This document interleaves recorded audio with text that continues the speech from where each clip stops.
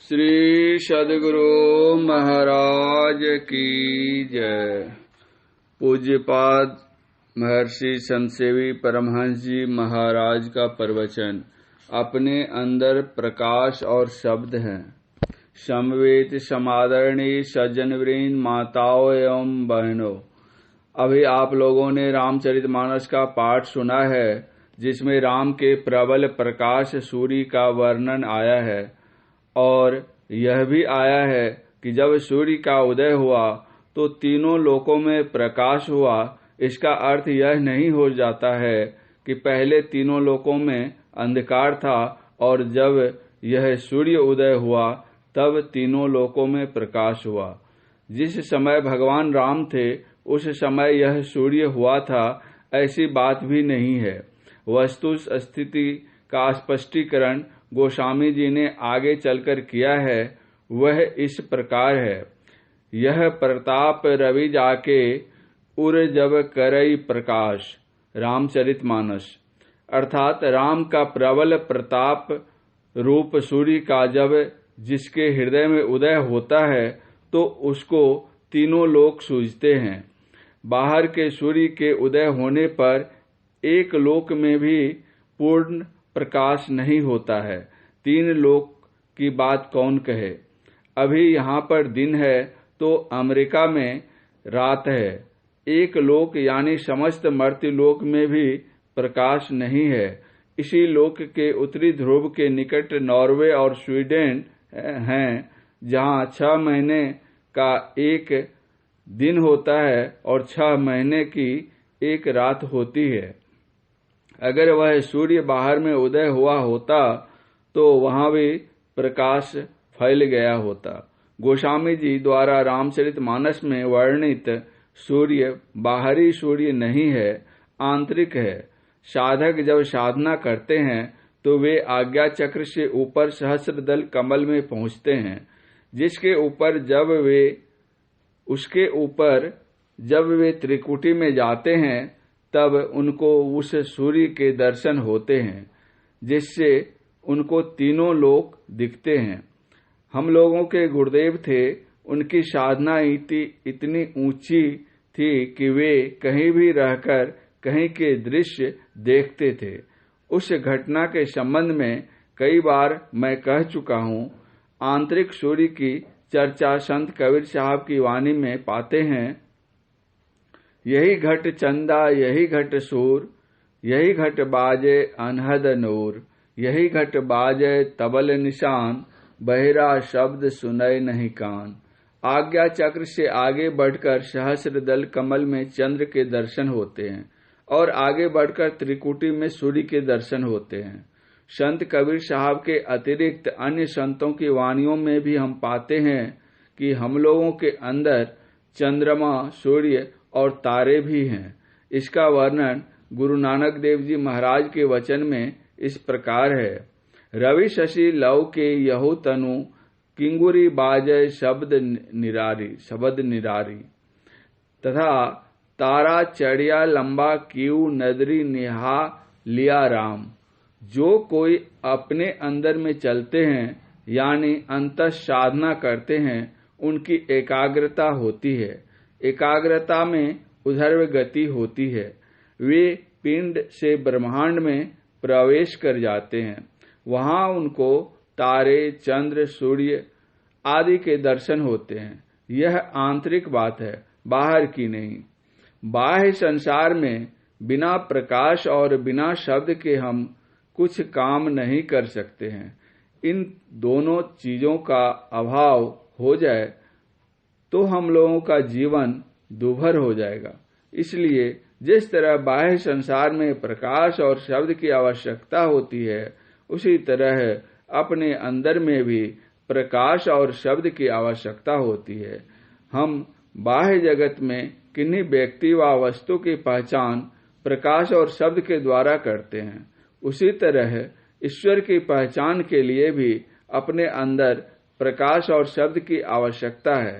प्रकाश और शब्द का अवलंब लेकर उसके परे जाकर प्रभु से मिलकर हम एकमेक हो सकते हैं।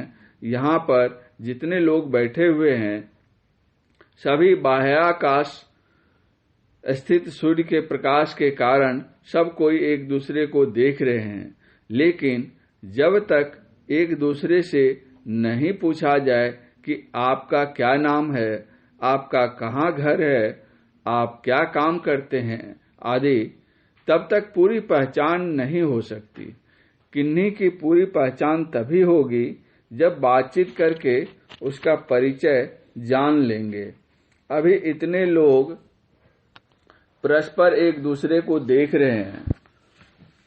कुछ समय के पश्चात यदि अन्यत्र उनको कहीं हम देखेंगे तो मन में होगा कि कहीं इनको देखा है। बहुत याद करेंगे तो स्मरण होगा कि अमुक स्थान पर इनको देखा था, लेकिन ये कौन है इसका पता नहीं। पूरी पहचान तभी होगी जब उनसे हम नाम पता आदि पूछ लेंगे। मेरे कहने का तात्पर्य यह है कि जैसे बाहरी संसार में प्रकाश और शब्द आवश्यक है, वैसे ही आंतरिक जगत में भी प्रकाश और शब्द अनिवार्य है। परमात्मा ने हमारे लिए कितना अच्छा नमूना दे रखा है। आप बाह्याकाश में देखते हैं काले काले बादल मंडरा रहे हैं, बिजलियां कौंधती है, पश्चात कड़ाके की आवाज सुनते हैं। इस प्राकृतिक दृश्य के द्वारा परमात्मा ने अंतः साधना में दर्शित दिशा की ओर संकेत किया है। अर्थात साधक जब नेत्र द्वय बंद कर गुरु निर्देशित स्थान पर देखते हैं तो वे अंदर देखते हैं कि काले काले बादल मंडराते हैं, बिजलियां चमकती हैं और जोर की आवाज होती है। ऋग्वेद में एक मंत्र आया है, श्रृणव वृष्टिरिव स्वर्णः पवमानस सुषमिनः चरन्ति विद्युतो दिवि। आकाश में बिजलियां चलती हैं और उस समय वृष्टि के शब्द के समान बलवान पाप शोधक उसका शब्द सुन पड़ता है। साधक के मूर्धा स्थल में विद्युत की सी कांतियां व्याप्ति हैं, अनाहत पटह के समान गर्जन अनायास सुनता है। वह स्वच्छ पवित्र आत्मा का ही शब्द होता है। आपने अनेक बार देखा होगा कि जब बिजली खूब जोर से चमकती है तो आवाज भी जोरों की सुनते हैं। इस प्रकार पहले प्रकाश देखते हैं, फिर शब्द श्रवण होता है। इसी प्रकार आंतरिक साधना करने वाले साधक को प्रथम प्रकाश की अनुभूति होती है, पश्चात शब्द की। यदि हम सृष्टि क्रम की ओर दृष्टि करेंगे तो पाएंगे कि पहले शब्द है, उसके बाद प्रकाश है और तत्पश्चात अंधकार है। लेकिन साधना का आरंभ अंधकार से होने के कारण साधक अंधकार के पहले प्रकाश को पाते हैं, पीछे शब्द को। इसका अर्थ यह नहीं कि शब्द पीछे होता है, वस्तुतः शब्द पहले होता है, किंतु हम पीछे सुनते हैं। जो कोई अंतर साधना करते हैं उनकी ये अनुभूतियां होती है। मैत्रेय उपनिषद में एक प्रसंग आया है। एक ब्राह्मण थे, वे अन्य ब्राह्मणों की भांति संध्या वंदन, गायत्री जप, पूजा पाठ आदि नहीं करते थे, अपनी साधना में लगे रहते थे। उनकी पत्नी अपने अड़ोस पड़ोस में सखी सहेलियों से मिलने के लिए जाती थीं, तो वे लोग उनसे हंसी मजाक में कहा करती कि तुम तो ब्राह्मणी है, लेकिन तुम्हारा विवाह शूद्र से हो गया है, तुम्हारे पति ब्राह्मण नहीं है। यदि वे ब्राह्मण होते तो समय पर स्नान करते, गायत्री मंत्र जप करते, त्रैकाल संध्या करते, समय पर ब्राह्मणोचित पूजा पाठ आदि करते, लेकिन वे तो ये सब करते नहीं हैं। घर लौटने पर अपने पति से कहती कि लोग ऐसा ऐसा कह रहे हैं। वे उन बातों को सुनकर कुछ उत्तर नहीं देते। ब्राह्मणी जब पड़ोसिन के पास जाती तब उनको वे ही बातें सुनने को मिलती। एक दिन बहुत दुखी होकर वे अपने पति से कहने लगी, मैं आपसे बार बार कहती हूँ, किंतु आप मेरी बात पर ध्यान नहीं देते हैं। उनके पति ने कहा, देवी, तुम नहीं जानती है, और जो पड़ोसिन तुमको कुछ कहती है वह भी नहीं जानती है कि मैं क्या करता हूँ। अरे संध्या किसको कहते हैं? संध्या कब की जाती है? सूर्यास्त होता है, उसको संध्या कहते हैं, यानी दिन का अंत होता है और रात का आरंभ होता है। उस संधि काल को संध्या कहते हैं। पूर्वाह्न का अंत और अपराह्न का आरंभ होता है, उसको मध्याह्न संध्या कहते हैं। रात्रि का अंत और दिन का आरंभ होता है, उसको प्रातः संध्या कहते हैं। इस प्रकार हमारे यहाँ त्रिकाल संध्या मानते हैं।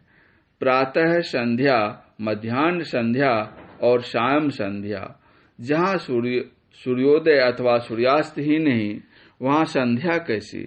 हमारे हृदय रूपी आकाश में चेतन रूप सूर्य बराबर उगा रहता है, वह न उगता है न डूबता है। मैं संध्या कैसे करूं? मैत्रेय उपनिषद में लिखा है, हृदयाकाशे चिदादित्यः सदा भास्ति भास्ति नास्तमेति न चौदेति कथं संध्यामु पाशमहे। जो कोई आंतरिक साधना करते हैं उनको इस प्रकार की अनुभूति होती है। उनको प्रथम तो प्रकाश मिलता है, पश्चात शब्द भी। शब्द में गुण होता है केंद्र में खींचने का। तो जो ईश्वर की ओर से शब्द आ रहा है, उस शब्द को जो पकड़ता है वह ईश्वर तक पहुंचता है। नादानुसंधान का साधक पहले स्थूल के केंद्र का शब्द पकड़ता है, स्थूल सूक्ष्म की संधि पर उस शब्द को पकड़कर उससे खींचकर सूक्ष्म के केंद्र पर जाता है। सूक्ष्म के केंद्र पर के शब्द को पकड़कर वह कारण के केंद्र पर जाता है। कारण के केंद्र पर शब्द को पकड़कर महाकारण के केंद्र पर के शब्द को पकड़कर जरावरण को पार करके कैवल्य में पहुंचता है। वहां सार शब्द को पकड़कर निःशब्दं परम पदम में पहुंच जाता है। वहां परमात्मा को प्राप्त कर जीव पीव मिलकर एक हो जाता है। आवागमन का चक्र छूट जाता है। संत मंत की अंत साधना पर थोड़ा सा कहा। पूज्यपाद महर्षि संतसेवी परमहंस जी महाराज का यह प्रवचन महर्षि मही आश्रम कुप्पा घाट के सत्संग हॉल में साप्ताहिक सत्संग के अवसर पर दिनांक 18/7/1993 ईस्वी को हुआ था। श्री सद्गुरु महाराज की जय।